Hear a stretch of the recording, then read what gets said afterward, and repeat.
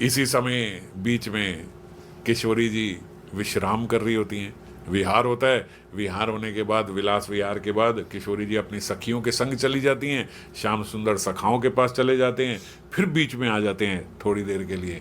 और जब बीच में आते हैं तो देखते हैं कि भैया किशोरी जी तो है एक निकुंज में भीतर विश्राम कर रही हैं।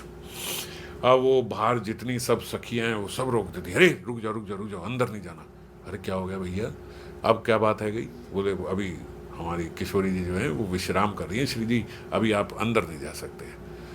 तो बोले एक बारी थोड़ा दर्शन तो करने दो, ऐसी कैसी क्रूड हो जाती हो कि अंदर नहीं जा सकते? जब तुम सबरी अंदर बैठी हो तो हम भी बैठ के दर्शन कर लेंगे, तो अंदर जाके थोड़ा, अच्छा ठीक है धीरे धीरे आओ, जूता उतारो, चप्पल, वो पायल उतारो, पंजेब उतारो, ये सब उतारो। अरे बोले क्या हो क्या गया है ऐसा? बोले नहीं नहीं, ये ध्वनि होती है ना इससे, तुमने ये जो पहनी है इससे ये सब ध्वनि बनती है, ये सब ध्वनि वाले सब उतारो।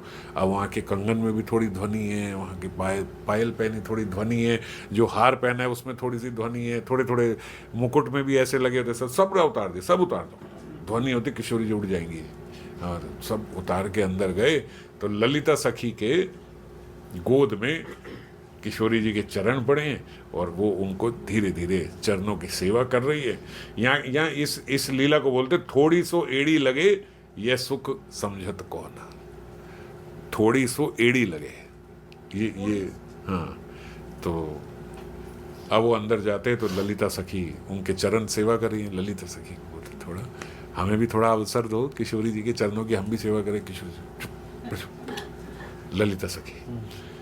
श्याम सुंदर बोलते इतना तो धीरे धीरे बोल रहा हूँ मैं, खुद ऐसे बोल रहा हूँ भैया, तुमने सबरी तो चीजें उतरवा दी, ये शोर करती वो शोर करती ये शोर करती, तो चुप बैठ। श्याम सुंदर बैठ जाते हैं भैया, नीचे बैठ गए, वो ऊपर पलंग पे बैठे हैं ललिता सखी, उनके चरण भी वहीं पे, वो नीचे एकदम ऐसे करके बैठ गए भैया चुप करके। श्याम सुंदर बोले धीरे तो बोल, चुप।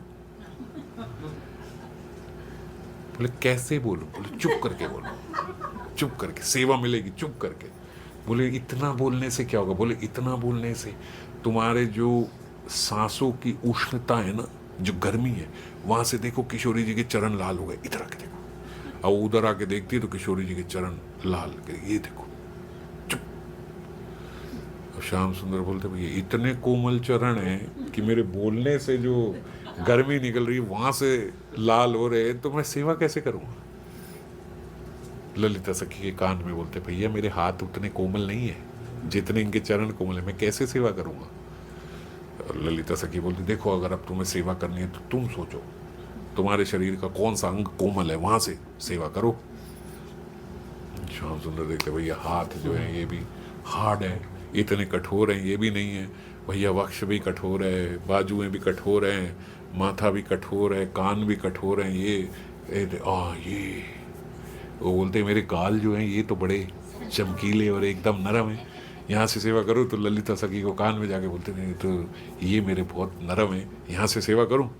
तो वो हाँ यहाँ से सेवा कर सकते। आराम से श्याम सुंदर वहाँ जाके किशोरी जी के चरणों के तलों में अपनी गाल लगा के वहाँ से उनके चरणों की सेवा कर रहे हैं। इसको बोलते थोड़ी से एड़ी लगे, इनकी थोड़ी से उनकी एड़ी लग रही है, ऐसे सेवा करें, समझ रहे हो?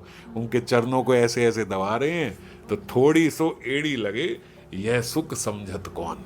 ऐसे प्रेम से जाके उनकी सेवा करें। और फिर किशोरी जी उनके स्पर्श से भी एक अलग स्पर्श आया तो किशोरी जी जाग जाती हैं। और बोले अरे श्याम सुंदर क्या कर रहे हो, ये क्या कर रही है, कैसे कैसे कर रहे हो ये?